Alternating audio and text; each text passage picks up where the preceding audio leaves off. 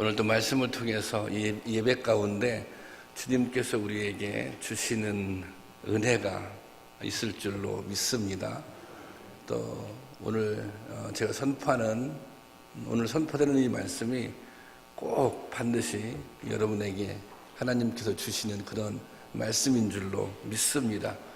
저는 그렇게 믿고 말씀을 선포하겠습니다. 우리는 과거, 현재, 미래라는 시간의 흐름 속에 살아가고 있습니다.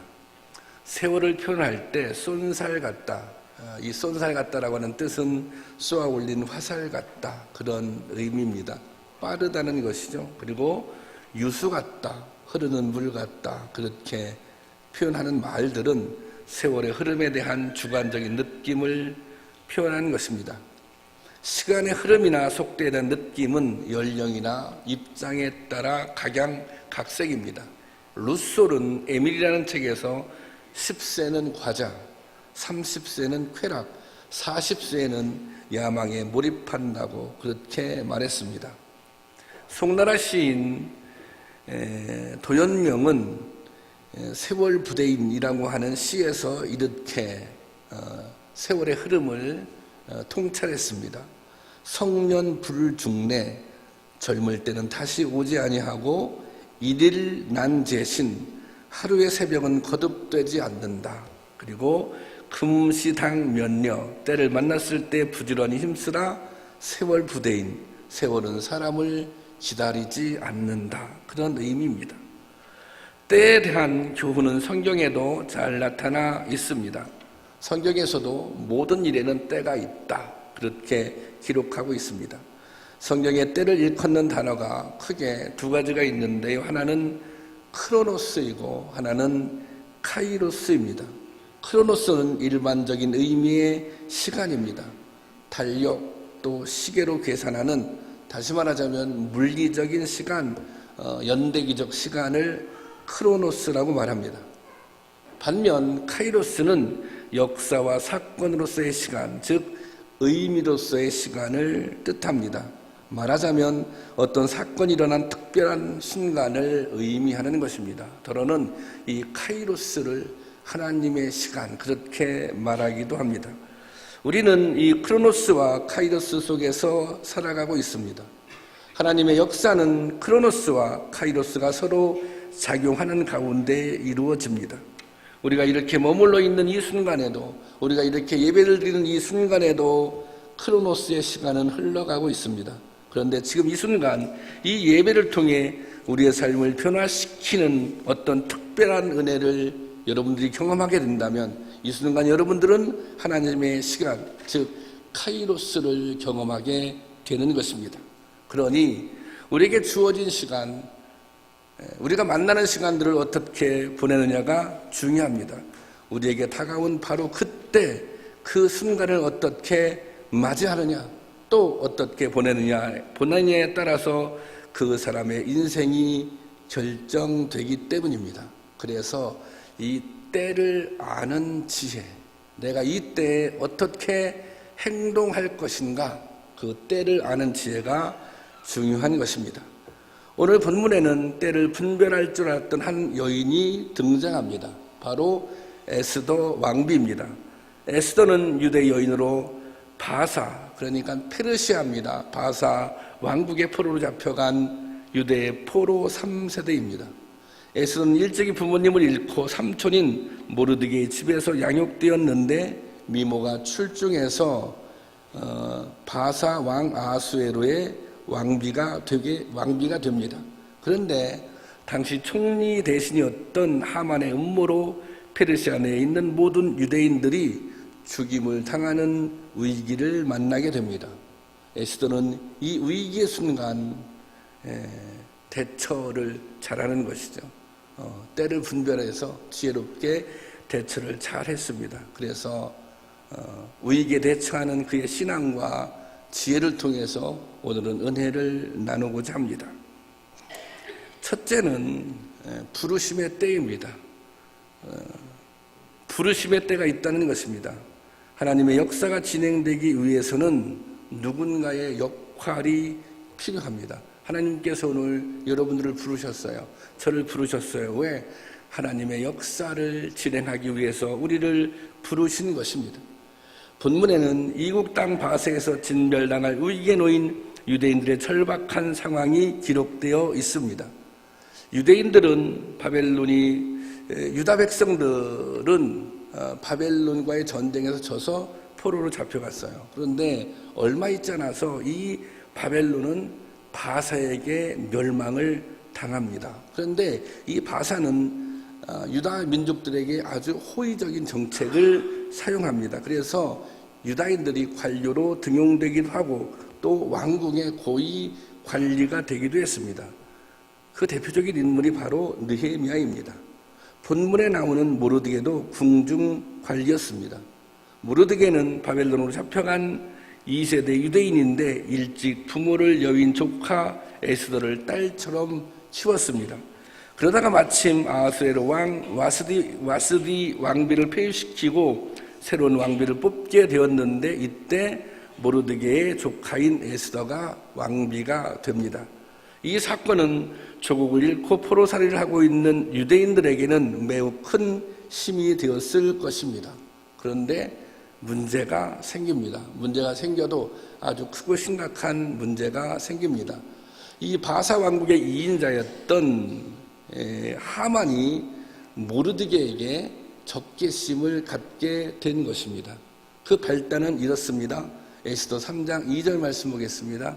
다 같이요. 시작.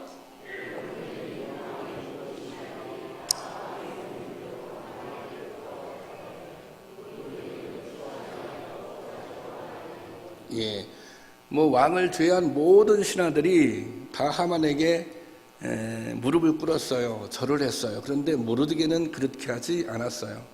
왜 모르드게는 그렇게 하지 않았을까요? 모르드게가 절을 하는 대상, 무릎을 꿇는 대상은 오직 하나님 한 분이었기 때문입니다.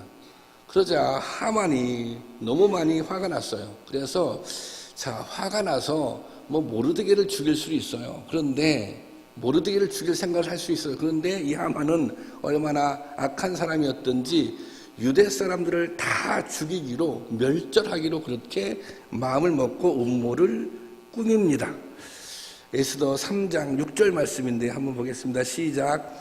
그들이 모르드게의 민족을 하만에게 알림으로 하만이 모르드게만 죽이는 것이 부족하다고 생각하여 아하수에로의 온 나라에 있는 유다인 곧 모르드게의 민족을 다 멸하고자 하더라.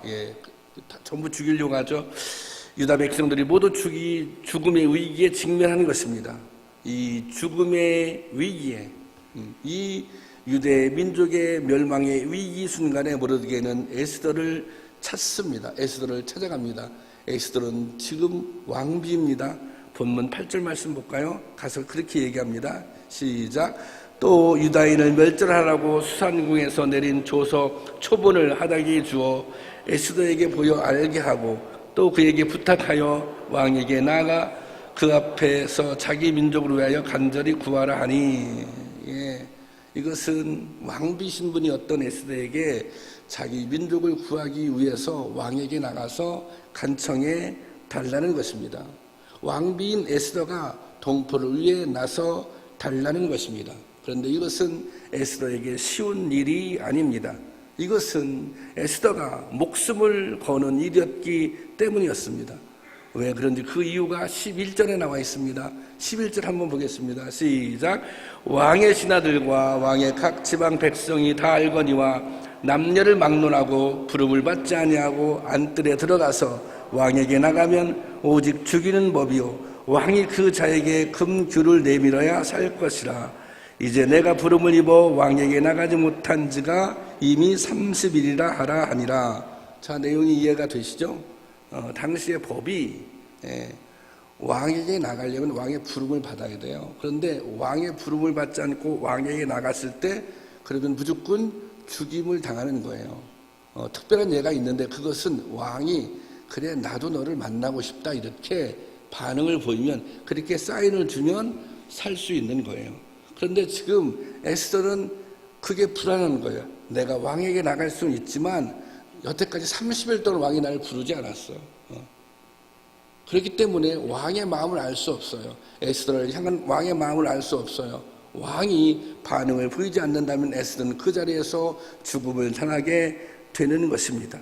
에스더는 민족이 처한 상황을 잘 알고 있었지만 그래서 당장 왕 앞에 나서지 못하고 망설이고 있는 것입니다. 왜냐하면 여기에 그녀의 목숨이 달려있기 때문입니다. 이때 모르드게가 이렇게 에스더를 독려합니다. 13절에 있는 말씀입니다. 함께 보겠습니다. 시작. 모르드게가 그를 시켜 에스더에게 회답하되 너는 왕궁에 있으니 모든 유다인 중에 홀로 목숨을 건지리라 생각하지 말라. 너는 왕궁에 있으므로 모든 유다인이 죽지만 너는 살게 될 것이다. 그렇게 생각하지 말라. 그렇게 얘기해요. 이것은 부탁이 아니라 책망입니다. 모든 동족이 다 죽는 마당에 너 혼자 화를 면하고 목숨을 유지하는 것이 무슨 의미가 있겠느냐, 이런 호된 질책입니다. 지금 유다를 구할 수 있는 방법은 오직 하나, 에스더가 왕에게 나가는 것입니다. 다시 말하자면 에스더가 이스라엘 백성, 유다 백성들을 위해서 나설 때인 것입니다. 말할 때인 것입니다. 에스더가 에스더의 민족을 위해서, 그의 조국을 위해서 나서야 할 때가 주어진 것입니다. 여러분, 우리에게도 이런 때가 찾아옵니다. 반드시 목숨을 걸어야 하는 거창한 일은 아닐지라도 하나님의 역사에 반드시 우리가 감당해야 할 역할이 있습니다. 바로 그런 헌신이 필요한 순간에 하나님은 우리를 부르십니다.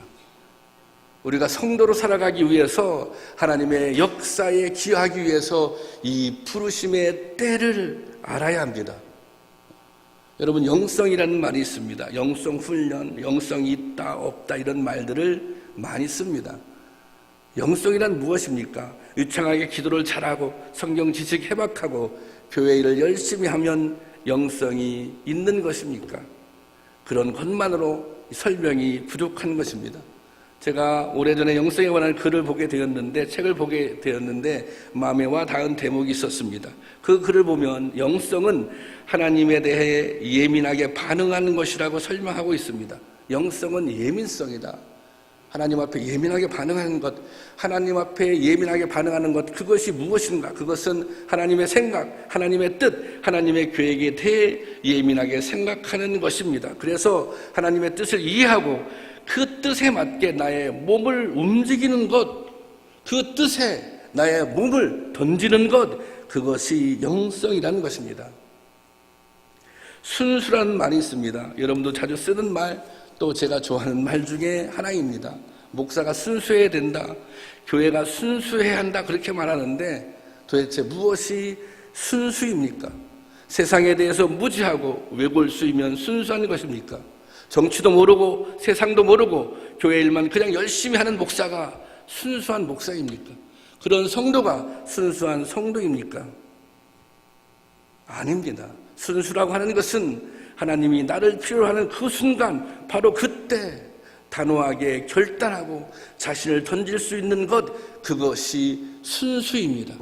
하나님의 필요에 따라 다른 아무것도 기대하지 않고 자신을 던질 수 있는 것, 그것이 순수인 것입니다. 나의 안전이나 나의 미래나 그 어떤 것도 보장받을 수 없다 해도 오직 하나님의 뜻이므로 나의 삶을 다 던지는 믿음, 이것이 바로 순수한 믿음인 것입니다. 여러분, 하나님의 부르심의 때를 아는 것이 영성입니다.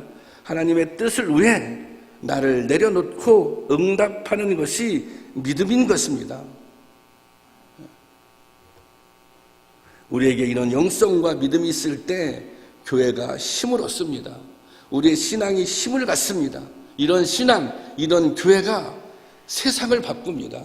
역사를 발전시키고 바꾸는 것입니다. 오늘 교회가 세상을 바꾸지 못하는 것은 이런 영성, 이런 실천이 부족하기 때문입니다. 우리가 순수하지 않기 때문입니다. 여러분, 자신의 유익을 먼저 생각하는 사람은 하나님의 때를 볼 수가 없습니다. 하나님의 부르심의 때를 알 수 없습니다. 에스더는 하나님의 부르심보다 자신의 안위를 먼저 생각했기 때문에 이 부르심 앞에 망설인 것입니다. 사실 이 때를 놓칠 뻔한 것입니다. 이스라엘 백성을 구원할 수 있는 그런 정말 좋은 기회를 하나님께서 에스더에게 주셨는데 그 기회를 놓칠 뻔한 것입니다. 자기 안위를 먼저 걱정하다가. 에스더는 목숨을 두고 망설이고 있지만 오늘 우리는 살고 죽는 중대사가 아닌 일에도 수없이 망설이고 주저합니다. 단지 조금 더 수고를 해야 하고 조금 더 손해를 감수해야 하고 조금 더 자존심을 포기해야 하므로 이 때를 놓치고 있는 것입니다. 하나님의 부르심의 음성을 듣지 못하고 있는 것입니다. 성도 여러분, 언제나 하나님의 부르심의 때를 알 수 있는 영성을 소유할 수 있기를 원합니다. 이것이 정말 하나님의 부르심이라면 아무 조건 없이 응답할 수 있는 순수한 저와 여러분이 될 수 있기를 주님의 이름으로 축원합니다. 그리고 두 번째, 이 때를 알아야 되는 거예요. 이 때가 어떤 때인지, 이때 내가 무엇을 해야 되는지 그것을 알아야 돼요. 지금 모르드게와 에스더는 동족의 위기라는 같은 상황에 직면하고 있습니다. 그런데 두 사람의 반응은 틀립니다. 모르드게는 철저히 하나님 중심입니다. 모르드게가 이렇게 말해요. 4장 14절 말씀 한번 볼까요? 시작. 이때 내가 만일 잠잠하여 말이 없으면 유다인은 다른 데로 말미암아 노임과 구원을 얻으려니와 너와 내 아버지의 집은 멸망하리라. 내가 왕후의 자리를 얻은 것이 이때를 위함이 아닌지 누가 알겠느냐 하니. 너 여기서 지금 잠잠하게 있으면 안 돼. 네가 나서지 않아도 사실 하나님은 유다 백성들을 구원할 수 있어. 그게 하나님의 계획이야. 그렇지만 여기서 너의 역할을 다하지 못하면, 이 때를 놓치지 못하면 너와 너의 집은 멸망당할 거야. 내가 지금 왕비가 된 거, 지금 그 자리에 있는 거, 이 때를 위함이다. 이스라엘 백성을 구원할 수 있는 이 때를 위해서 하나님께서 너를 그 자리에 올려놓으신 것이다. 그렇게 말하고 있는 거예요. 이 모르드게에게는 하나님의 섭리에 대한 확고한 믿음이 있습니다. 모르드게는 하나님이 유다를 구원하실 것을 믿습니다. 에스더가 왕후가 된 것 또한 이 위기에서 유다를 구원하고자 하는 하나님의 계획이라고 그는 믿는 것입니다. 에스더 자신만의 영광을 위해 왕비가 된 것이 아닙니다. 모르드게는 이 믿음에 따라서 에스더의 결단을 요구합니다. 네가 왕비가 된 거 우리 민족을 구원하라고, 우리 민족의 위기에 처해 있는 이 때를 위해서 내가 왕비가 된 거야.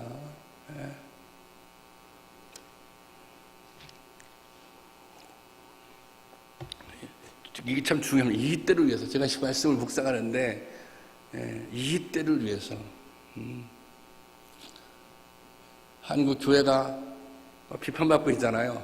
이 때를 위해서 건강한 교회를 한번 세워보라고 안재영 목사를 부르신 거야. 정치가 엉망인데, 그죠? 그래서 위원님 국회의원 시켜준 거예요. 한번 제대로 된 정치 해보시라고. 한번 역사 발전에 원룸을 던져보시라고.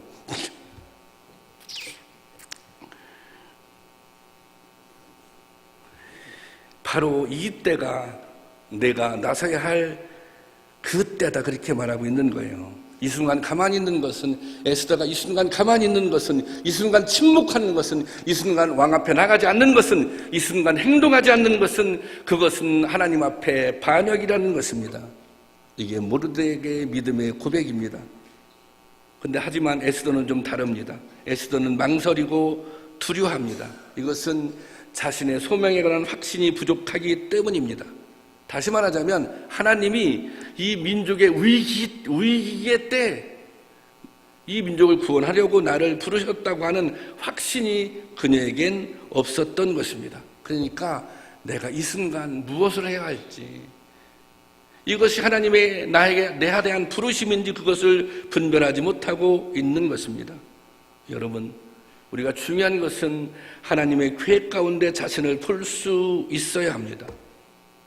하나님의 섭리 안에서 나의 삶을, 여러분 자신의 삶을 조명할 수 있어야 합니다. 그래야 이 하나님의 역사를 이루기 위해서 내가 무엇을 해야 할지, 나의 역할은 무엇인지, 나의 소명은 무엇인지 그것을 알 수 있는 것입니다. 닉 부이치치라고 하는 너무 유명해졌죠. 장애인이 있습니다. 그는 해표지증이라고 하는 병을 가지고 있는 호주 출신의 장애인입니다. 해표지증이란 병은 선천적으로 팔과 다리가 거의 없이 기형으로 태어나는 것입니다. 그는 청소년기의 인생을 포기하려 자살을 결심하기도 했습니다. 이 닉은 15살 때 성경을 읽다가 요한복음 9장에 나오는 소경 이야기에서 놀라운 깨달음을 얻었습니다. 당시 소경이 된다고 하는 것은 그가 지은 죄 때문에 소경이 된다고 사람들은 생각했습니다. 그를 향해 주님께서 이렇게 말씀하십니다. 너의 죄 때문에 소경이 된 것이 아니야. 하나님이 너를 통해서 하실 일이 있어. 하나님의 영광을 위해서 내가 그렇게 된 거야. 이 말씀이 닉 부이치치의 가슴을 찌릅니다. 가슴에 닿습니다. 그 순간 그는 너도 그렇게 믿느냐? 닉 부이치치 너도 그렇게 믿느냐? 이런 하나님의 음성이 또렷이 들려왔다고 말하고 있습니다. 닉은 그 자리에서 자신의 삶을 주님께 드리기로 결단합니다. 그런 말하기를 나는 그때 처음으로 내 삶의 의미와 목적을 깨달았다. 그렇게 말하고 있습니다. 하나님이 많은 사람을 격려하시고 그들에게 희망과 꿈을 주기 위해 가장 못난 나를 사용하려 하신다는 사실을 알게 되었다. 그렇게 말합니다. 그 순간부터 닉 부이치치의 삶은 완전히 변했습니다. 그는 팔다리가 없는 장애인으로서는 불가능한 일에 도전합니다. 그는 수영도 하고요, 다이빙도 하고요, 낚시도 하고요, 심지어는 축구도 하고, 이 전자드럼 실력은 수준급이라고 합니다. 지금 세계를 돌아다니며 행복 전도사로서 희망을 심어주고 있습니다. 한국에도 왔었죠. 그를 변화시킨 힘, 수많은 역경을 이겨내고 행복 전도사로서의 삶을 살게 한 힘은 무엇입니까? 그것은 하나님께서 자신을 통해 하실 일이 있음을 발견했기 때문입니다. 어렵고 힘든 형편에 있는 사람들에게 소망을 주기 위해 부르심을 받았다고 하는 믿음이, 그렇게 부르심을 받았다고 하는 소명을 그는 발견한 것입니다. 닉은 강의할 때 윌리엄 버클리의 말을 자주 인용하는데요. 버클리가 이렇게 말했다고 합니다. 인생은 누구나 살아가는 동안 2번 최고의 날을 맞는다. 2번 최고의 날을 맞는다는 거예요. 첫 번째는 이 세상에 태어난 날이고, 그리고 또 한 번은 이 세상에 태어난 이유를 알게 된 날이다. 하나님께서 이 세상에 왜 나를 태어나게 했는지, 하나님께서 왜 나를 부르셨는지 그 소명을 발견한 날, 그것을 다시 태어난 날이라고 말하고 있습니다. 닉은 팔다리가 없이 태어났지만 이 세상에 태어난 것이 행복하다고 고백합니다. 그것은 그가 이 세상에 태어난 이유를 알았기 때문입니다. 절망하는 사람들이 넘쳐나는 이때,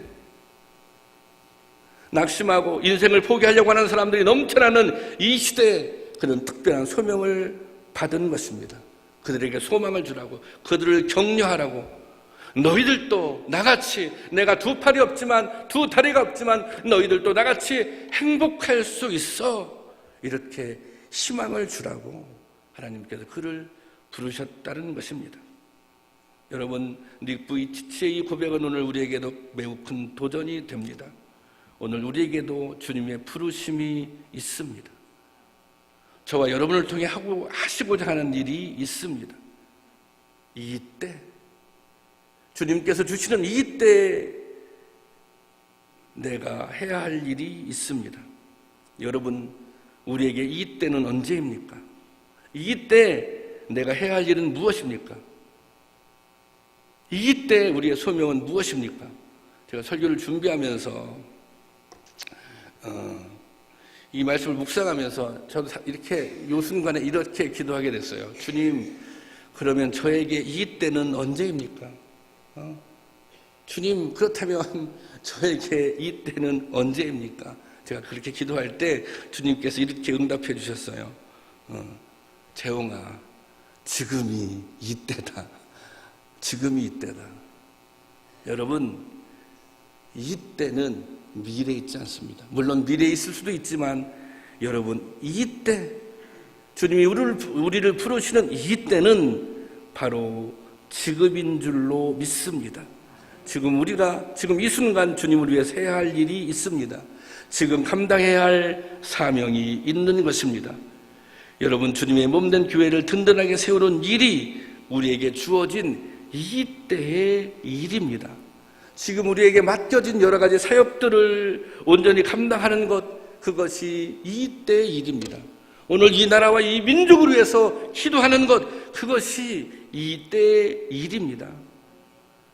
여러분의 가정들을 믿음으로 온전하게 세우는 것, 그것이 지금 이때의 일인 줄로 믿습니다. 여러분, 지금 이 순간 이때를 위해 주님이 저와 여러분을 부르셨습니다. 이 깨달음을 얻고 새롭게 소명이 발견되는 은혜가 있기를 주님의 이름으로 축원합니다. 그리고 마지막으로 이제 에스더가 이 모르드게의 이야기를 듣고 결단합니다. 모르드게의 책망을 들은 에스더는 마침내 결단합니다. 그래서 그는 왕 앞에 나가기로 마음을 굳혔습니다. 그는 안 거예요. 그래, 지금이 바로 내가 왕 앞에 나갈 때야. 지금 내가 움직일 때야. 지금 내가 말할 때야. 지금 내가 실천할 때야. 지금 내가 온 몸을 우리 민족을 위해서 던질 때야. 이렇게 결단하게 된 것입니다. 하나님의 부르심 앞에 응답하기로 결심한 것입니다. 하지만 이 결심은 목숨을 건 모험입니다.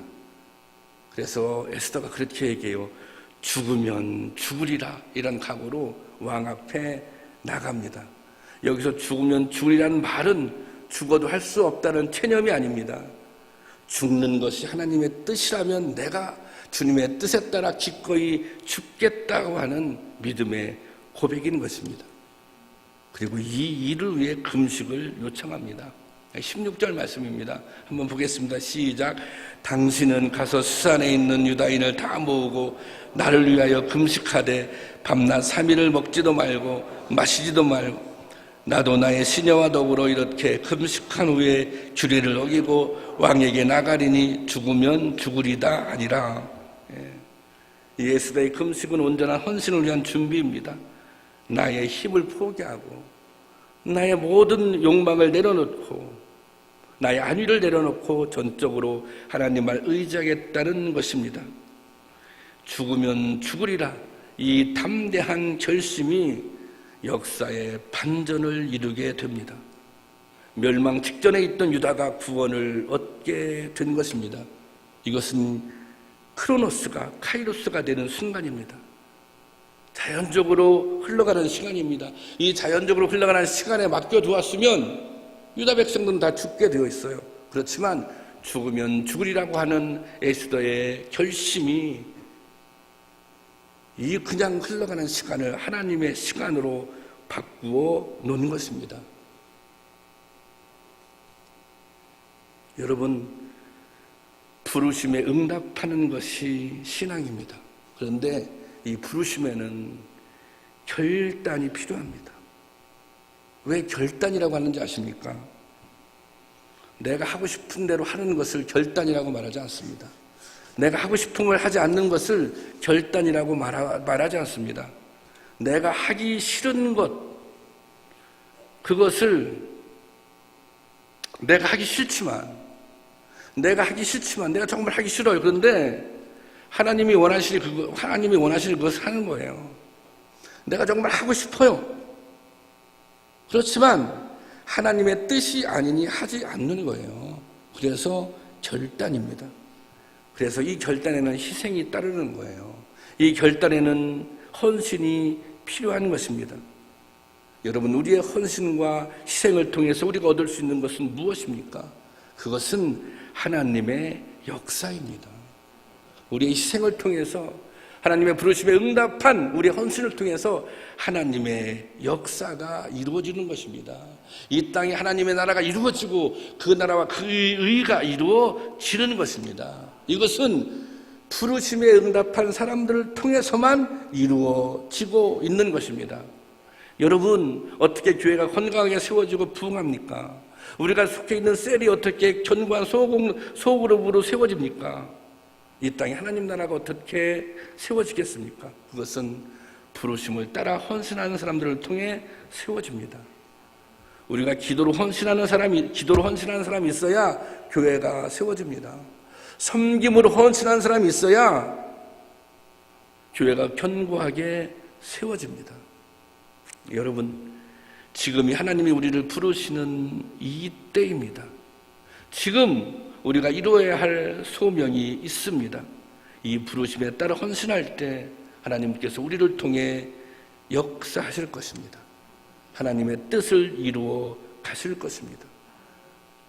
그리고 우리도 부흥을 경험하게 될 것입니다.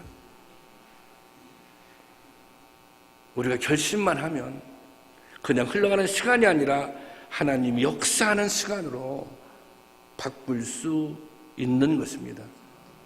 바라기는 이런 은혜가 오늘 예배를 드리고 있는 우리 가운데 있기를 주님의 이름으로 축원합니다. 기도하겠습니다. 찬양하고 기도하겠는데요.